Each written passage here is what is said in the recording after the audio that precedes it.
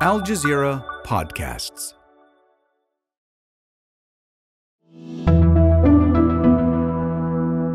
Today, Ukraine is struggling to put soldiers on its front lines.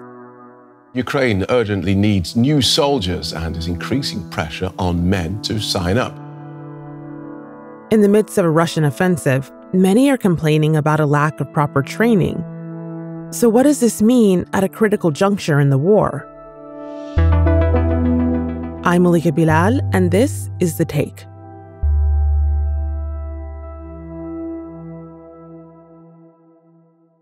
There was a huge billboard in central Kyiv, and it had some sort of an ad for a certain military unit.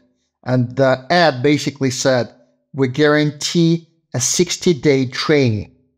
This is Mansur Mirovalev. He's a freelance print journalist who writes for Al Jazeera English, covering the war in Ukraine. He's based in Kyiv, and he was walking home recently when he came across this billboard, one of many that are being used to recruit Ukrainian men to fight in the war against Russia.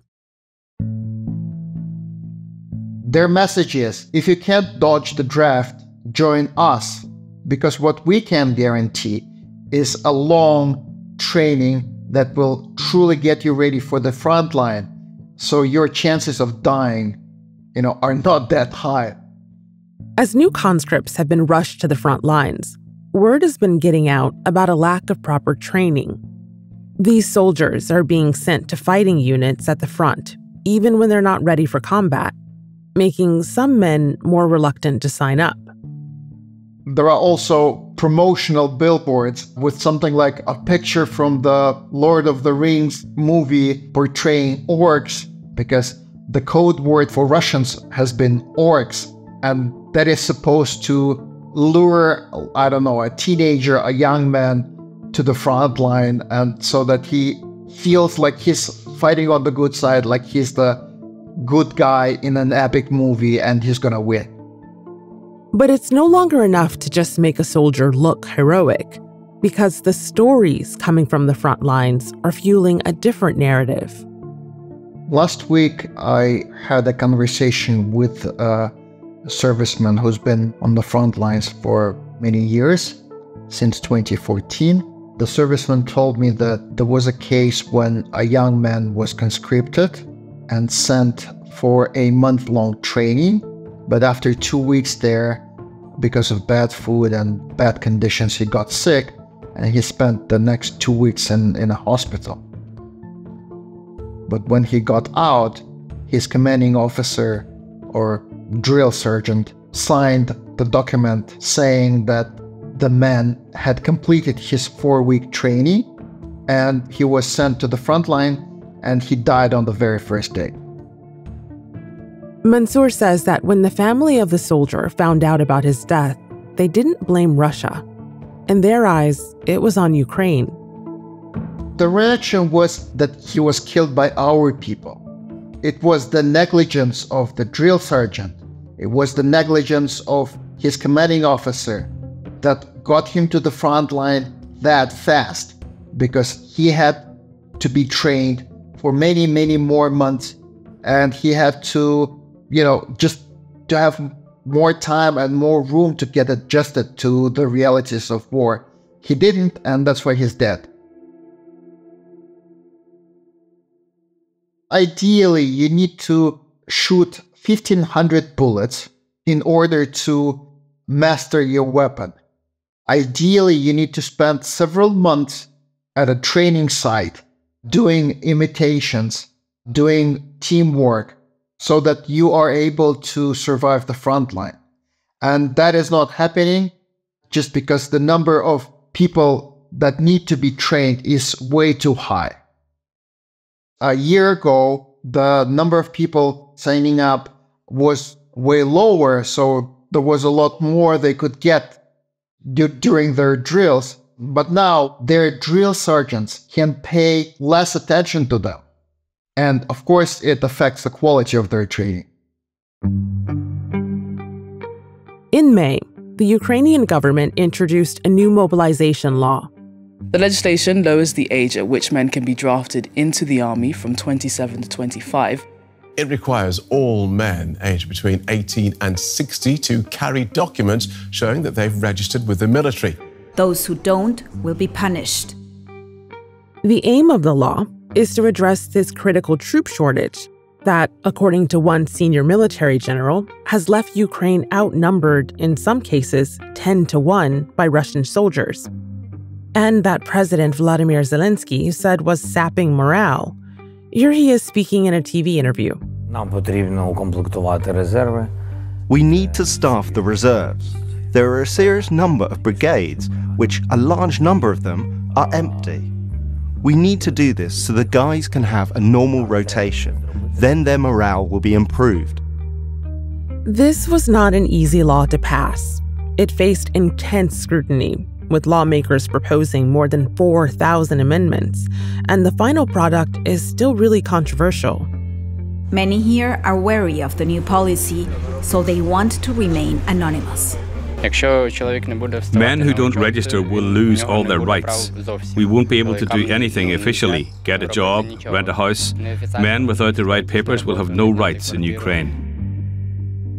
It has been criticized for being too democratic because the punitive measures are not probably punitive enough.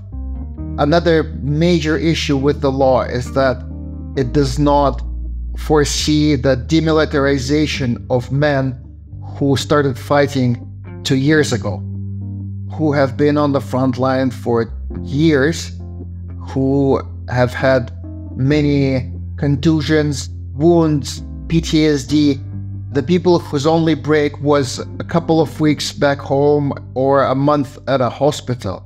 Demobilisation after 18 months on the front lines, or a total of 36 months service, were both discussed when this law made its way through Parliament.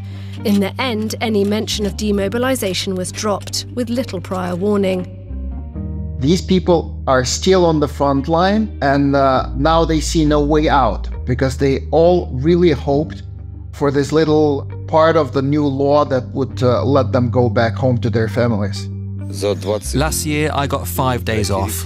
Lots of guys in my unit have families who've gone abroad. Some have even become grandfathers and have never met their grandkids. If you were told you'd be serving until 2025, you'd know that if you survive, you'd be going home. If people can't make plans, they get depressed, and then they start making mistakes. Along with the new mobilization law, to boost their ranks quickly, the Ukrainian government has turned to an unexpected population. They began enlisting convicted felons. They're basically doing what Russia began doing 2 years ago when the Wagner private military company started enlisting tens of thousands of cons. At the time, Kyiv criticized and ridiculed Russia for that. Now it does the same. Under a deal offered by the government, prisoners will have their sentences cleared if they serve in the army until the end of the war. The Justice Ministry says more than 4,000 have applied so far, including... One estimate late last year suggested 650,000 men of fighting age had left Ukraine, the majority illegally. The government has also been cracking down on draft dodgers. The measures include tougher control of borders, because there's been dozens of border control officers who have been arrested for bribery.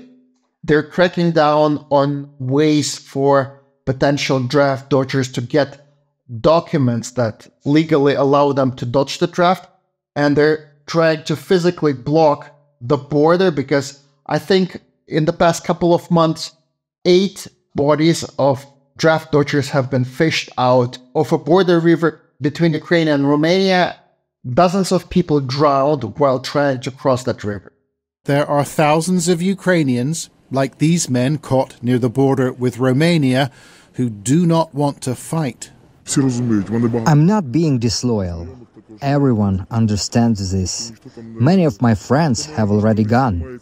Anyone who has the opportunity is leaving.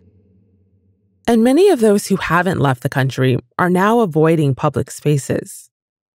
A good friend of mine who is in his 40s simply stopped going out. He is holed in his apartment. Luckily, he works from home. He just doesn't go anywhere. He doesn't even take a cab. Like, I invited him to my place a couple of times, and he said, no, there could be a patrol at a traffic light, and they could just get me out of the car, ask for my ID, ask for my conscription documents, and that'll be it. 2 years ago, everyone was blinded with hatred, and everybody just wanted to kill as many Russians as possible. Now they hear things about the reality of the front line, about the chaos, about the bad food and corruption. And these people are like, I'm not dying because some stupid officer wants to get promoted and he would send me to die. After the break, in the midst of a new Russian offensive, why Ukraine needs soldiers right now.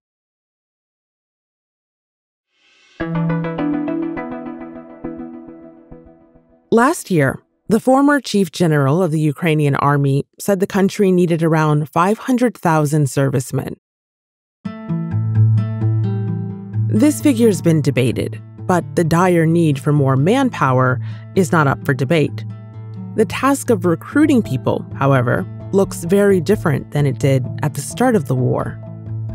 These budding recruits will hand over their details and wait for the call. Citizen fighters in a nation which is rapidly mobilizing, and the army has hundreds of thousands to draw on. Before the war, there was no need in recruitment efforts because the number of volunteers was very high. I remember talking to a guy who, about 2 months before the full-scale war began, he packed up his gear, like his shoes, his tent, whatever he needed for the front line, and he just kept it in the trunk of his car, so that when the war started, he just hit the pedal and drove to the front line. And then, like I said, for many months, there was an enormous amount of volunteers, and then it all just dried up as the reality dawned on them. We are far from winning this war. We're far from, marching into Crimea. We're far from seeing Putin's regime crumble. It's tough. People die. I don't want to die. I'm not going. There's another shift that's happened further from the front lines. Mansur says for people in major cities like Kyiv, the reality of the war has faded into the background. About 4 years ago, there was an exhibition in Kyiv.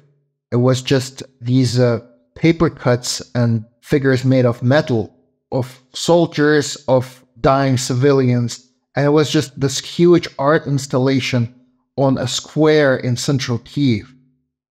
The purpose was to remind the people in Kyiv that there was a war going on in the east, because everybody in Ukraine agrees that the war didn't start in 2021, it started in 2014. But the population of central and western cities tended to forget about the war because it didn't have an impact on their daily lives. And a year ago, when this daily, absolutely relentless bombing of Kyiv just went on, I remember thinking that 8 hours of sleep without an air raid siren or without hearing the booms outside my building was luxury. And this year, there are still air raid sirens, but we don't care because Kyiv has these pretty effective Western air defense systems. So people in Kyiv and people in Western cities, they feel much safer now. And they kind of back to their cocoons because they're like, okay, I don't wake at 4 in the morning because of the booms and because of the flashes outside my window. So I'd rather not think about the war because, you can't be at war all the time. Your mind starts blocking all this information and you're like, I want to have a peaceful day. But as people in the west of the country pay less attention to the war, and as Ukraine's forces are exhausted and depleted, Russia has launched an offensive operation in the Kharkiv region. The Russian army is advancing in northeastern Ukraine at its fastest pace in more than 2 years. Their advance deeper into the region has prompted fears among Western allies of a major assault on Kharkiv. The city is Ukraine's second largest, located just 30 kilometers south of the Russian border. What Russia did in Kharkiv is that they amassed tens of thousands of people for the offensive. And Ukraine couldn't do a thing about it because they saw that huge mass of Russian servicemen on the other side. But they couldn't hit them because the West didn't give them the permission. And hence, Russia started attack on Kharkiv almost a month ago. They seized a bunch of villages. Now they're destroying a border town. Ukraine has been persistently lobbying the US for more weapons. Without it, soldiers will be outmanned and outgunned, and vulnerable to further Russian advances. Ukraine had also been asking for permission to use American weapons to strike targets inside Russian territory, something the US had been resisting until May 30th.